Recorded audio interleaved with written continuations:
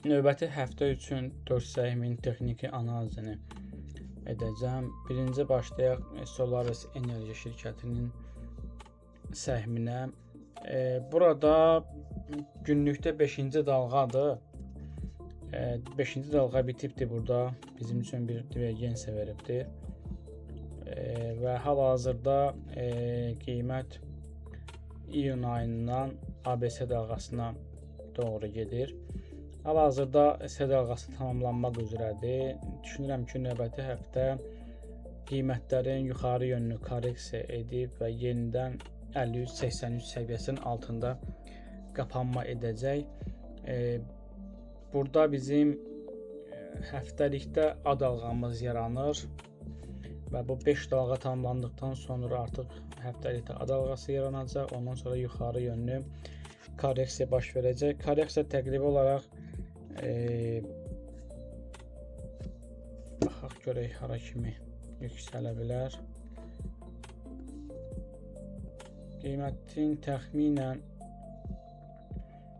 64-68 səviyyələrinə qədər yüksəlməsi baş verə bilər.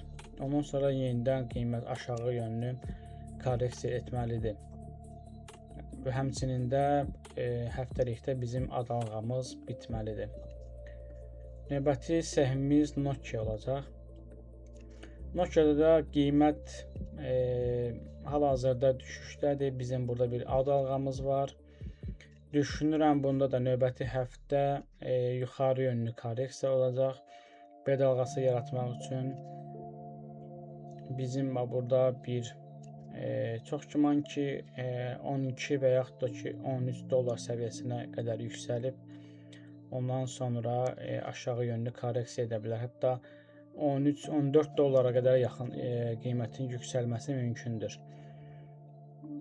Ondan sonra bizim deməli 3-cü dalğamız həftəlikdə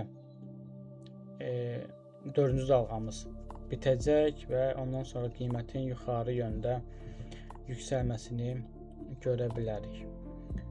Növbəti səhmimiz SanDiskdir. SanDiskdə vəziyyət düşünürəm ki, aşağı yönlüdür. Çünki günlük qrafikdə divergensiyamız var. Ondan sonra bizim burada bir A dalğamız yaranır. A dalğamız hələ ki yaranmaq üzrədir. Tam bitməyib. Tam bitməsi üçün 1325 dollar səviyyəsini vurub aşağı yönlü düşməlidir. Ondan sonra bizim burada bir A dalğamız yaranacaq və həmçinin həftəlikdə artıq bizim ikinci dalğamız yaranmalıdır. Hələ ki qiymətin 1325 dollardan aşağı düşməsini gözləyirəm. Bu düşdükdən sonra növbəti B dalğası yaranacaq və yenidən düşərək S dalğası yaratmalıdır. Hələ ki qiymətin düşüşünü 1325 dollardan aşağı düşməsini biz görək.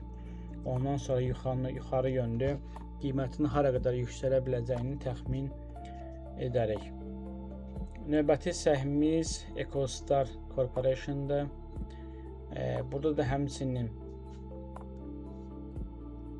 günlük qrafikdə divergensiyamız var, 5-ci dalğamız var. Hal-hazırda bizim A dalğamız yaranır.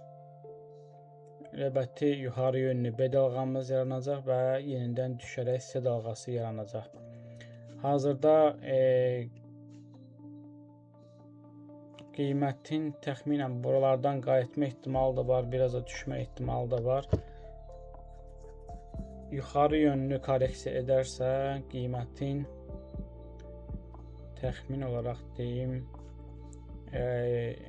109-110 dollar, 117-120 dollar səviyyələrinə qədər yüksəlməsi mümkün. Çünki növbəti bazar açanda qiymət ola bilər aşağı düşsün deyə və yaxud da ki buradan qayıda bilər yuxarı yönlü B dalğası yaratmağa və ondan sonra da aşağı düşərək C dalğası yaratmaq istəyəcək. Amma yox, uzun müddətli olaraq SanDiskdə, Nokia'da, bir də EcoStar qiymət olaraq yuxarı görürəm Hal-hazırda bunlar müvəqqəti olaraq korreksiyalardır. Bu korreksiyalar bitəndən sonra qiymətin yenidən ən pik səviyyənin yuxarısına keçəcəyini düşünürəm.